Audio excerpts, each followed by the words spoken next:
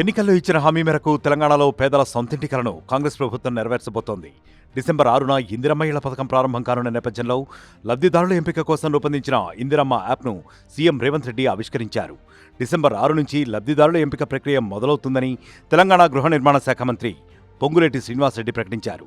పార్టీలు, ప్రాంతాలు అనే తేడా లేకుండా అర్హులైన ప్రతి ఒక్కరికి ఇళ్లను అందిస్తామని ఇప్పటికే ప్రభుత్వం ప్రకటించింది.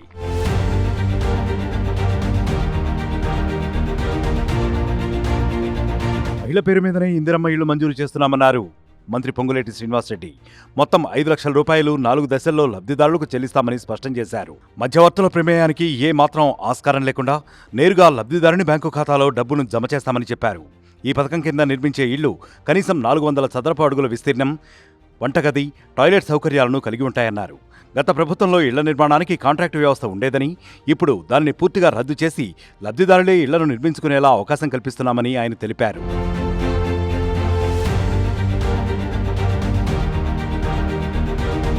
సొంత స్థలం ఉన్న వారి కుటుంబంలో ఆడబిడ్డ పేరిట ఇళ్లు మంజూరు చేస్తామని మంత్రి పొంగులేటి శ్రీనివాసరెడ్డి వెల్లడించారు.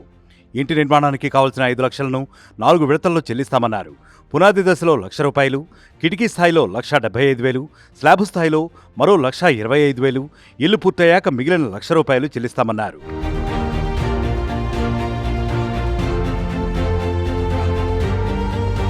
ఇందిరమ్మ ఇళ్ల నిర్మాణంలో భాగంగా మొదటి ఏడాది 4,50,000 ఇళ్ల నిర్మాణాలు చేపట్టనున్నట్లు తెలిపారు.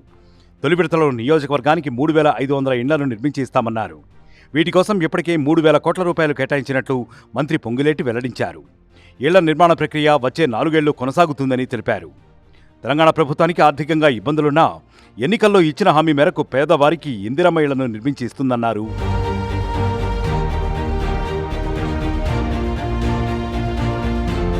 మరోవైపు మధ్యతరగతి ప్రజలకు కూడా సీఎం రేవంత్ సర్కార్ తీపి కబురు చెప్పింది. హైదరాబాద్ ఔటర్ రీజనల్ రింగ్ రోడ్ల మధ్య 3 ప్రాంతాల్లో మధ్యతరగతి ప్రజలకు ఇళ్లను నిర్మించి ఇవ్వనున్నట్లు మంత్రి పొంగులేటి శ్రీనివాసరెడ్డి ప్రకటించారు. మొత్తం 300 ఎకరాల్లో మధ్యతరగతి ప్రజల కోసం ఇళ్ల నిర్మాణం చేపట్టనున్నారు. హైదరాబాద్ నుంచి విజయవాడ వెళ్లే మార్గంలో, కామారెడ్డి వెళ్లే మార్గంలో, ముంబై హైవే ప్రాంతంలో ఒక్కో చోట ఇలా 3 ప్రాంతాల్లో 100 ఎకరాల్లో ఇండిపెండెంట్ ఇండ్లను నిర్మించాలని నిర్ణయించినట్లు మంత్రి పొంగులేటి శ్రీనివాసరెడ్డి స్పష్టం చేశారు. గత బీఆర్ఎస్ ప్రభుత్వం డబుల్ బెడ్రూమ్ ఇళ్ల నిర్మాణాన్ని అసంతృప్తిగా వదిలేసిందన్నారు. వేలాది ఇళ్లను పూర్తి చేయకుండా ఎక్కడికక్కడ వదిలేశారని దుయ్యబట్టారు. అసంపూర్తిగా ఉన్న డబుల్ బెడ్రూమ్ ఇళ్లను 2 వారాల్లోగా కాంగ్రెస్ ప్రభుత్వం పూర్తి చేస్తుందని తెలిపారు. ఇందుకోసం 195 కోట్ల రూపాయలను విడుదల చేసినట్లు మంత్రి పొంగులేటి తెలిపారు.